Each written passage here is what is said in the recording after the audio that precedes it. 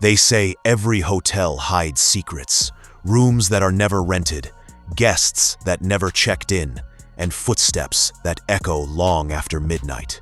But once you spend a night in a truly haunted hotel, you'll understand.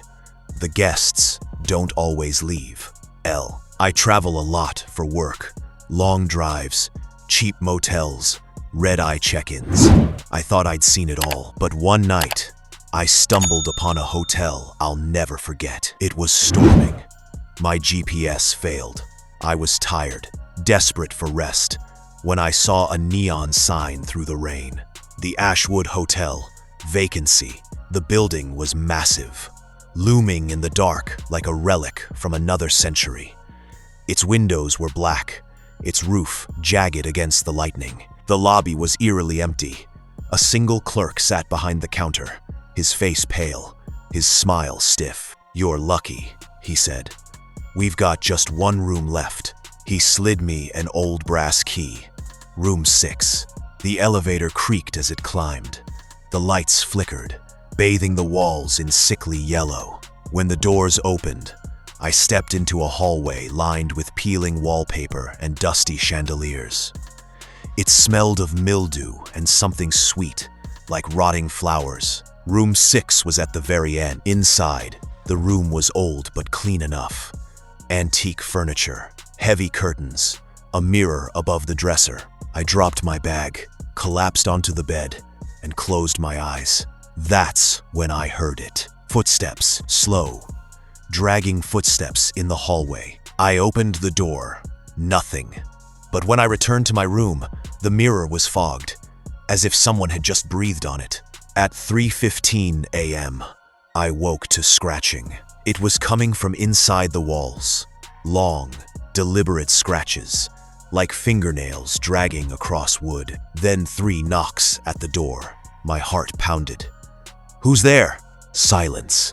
I peeked through the peephole. A woman stood outside. Her hair was wet, clinging to her face. Her skin was pale blue, like she'd drowned. I stumbled back, terrified. But when I looked again, the hallway was empty, and the mirror in my room now had words written in the condensation. "Get out." The next morning, I went to the lobby. "Rough night?" the clerk asked, his smile too wide. "Who else is on my floor?" I demanded. "I saw someone." The clerk's smile faded. "No one's on the 6th floor. You're the only guest up there." I didn't believe him.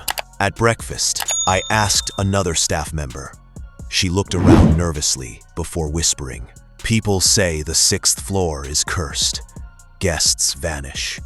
The woman you saw, she drowned in the hotel pool years ago. They drained it after, but she never left." She leaned closer. "Don't stay another night."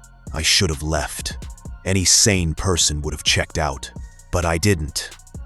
I told myself it was just a story. That night, I double-locked the door, closed the curtains, and left the lights on. At 2 a.m., the elevator bell rang. Ding, ding, ding. It stopped on my floor. I held my breath, listening. The footsteps returned, closer this time, stopping right outside my door. The doorknob rattled violently. Then, a voice, a whisper. "Let me in."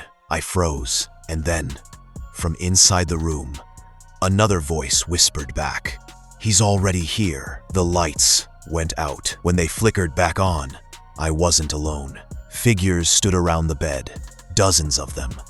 Their clothes were tattered, their faces pale, their eyes hollow. Hotel guests who never checked out. They stared at me in silence. And then, in unison, they pointed to the mirror. I turned. The reflection wasn't mine. It was the drowned woman. Her lips moving silently, over and over. "Join us." I ran.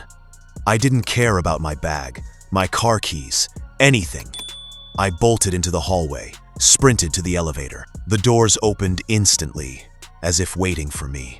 But when I stepped inside, it didn't go down. It went up past the 6th floor, past the 7th, The numbers kept climbing, 8, 9, 10, until the panel showed a floor that didn't exist. 13.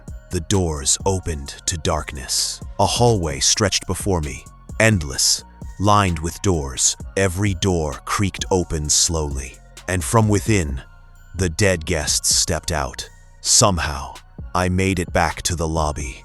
The clerk was waiting. His smile was gone now. "You weren't supposed to go to the 13th floor," he said softly. "No one ever comes back from there." I stammered. "What is this place?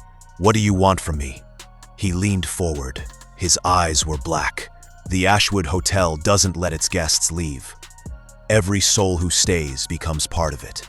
He handed me the brass key again. "Your room is ready." I woke in my bed. Room 6. Had it all been a dream? No. The mirror was covered in handprints. The scratching in the walls grew louder, closer. And then, from beneath the bed, I heard breathing. Slow, wet, labored. I forced myself to look. 2 pale hands shot out, dragging a body from the shadows. The drowned woman crawled out, water dripping onto the carpet, her mouth opening impossibly wide. The last thing I heard, before everything went black, was her whisper, "Welcome home." They never found me. To the world, I simply disappeared. But I know the truth. I'm still in the Ashwood Hotel, still wandering its endless halls, still hearing the elevator ding, still seeing shadows in the mirrors. And now you've heard my story, which means you've checked in too. Because the Ashwood isn't bound to one place. It lives in the telling. And once you know its name, once you picture its halls, you'll hear it tonight. The elevator. Ding. Okay, friends. Please subscribe, like, and comment. Please, if you have any horror experience, please send me your story. I will be happy to narrate your story. Share your horror stories with us. You can send story on my Global Ghost Stories at gmail.com. Once more, please subscribe, comment, share, and like. Thanks, friends.